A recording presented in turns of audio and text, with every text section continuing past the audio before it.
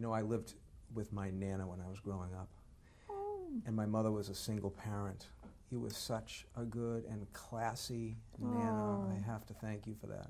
Well, thank you, and I thank I thank Nicholas Sparks and our film, you know, and Scott Hicks, and the film illuminated her so well, her role, you know, her wisdom and her wit and her ability to not speak except when it was important, which I think we all could learn and want to learn. So she informed me in many ways. Mm. And this is said to be Nicholas Sparks' greatest novel so Really? far.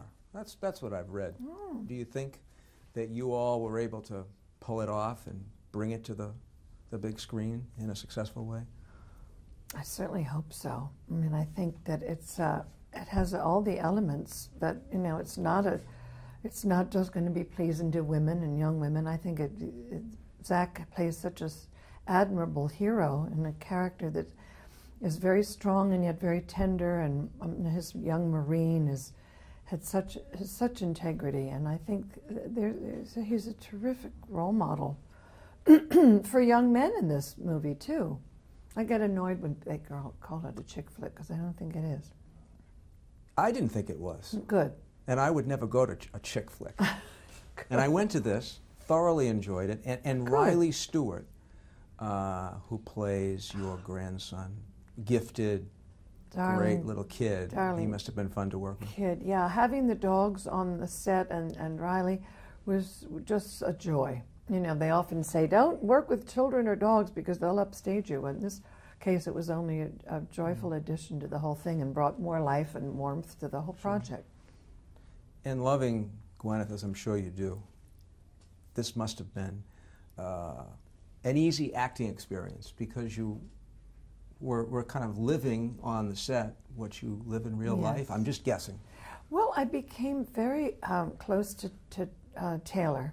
I had admired her tremendously in her television show called Mercy, which only went a season. So when I heard she was doing it, that was another major reason I wanted to work with her. And yes, I mean, you know, we all love our children and my son. You know, they're my life, basically, my grandchildren. They're our reason to be, yes, so I, absolutely.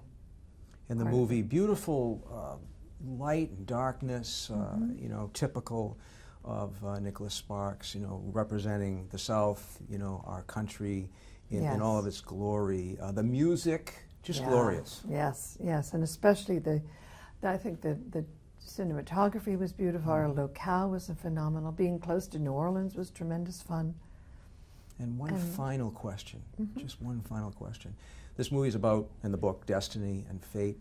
But I have, obviously as a priest, as a disciple of Jesus Christ, I truly believe that God has a romance with us.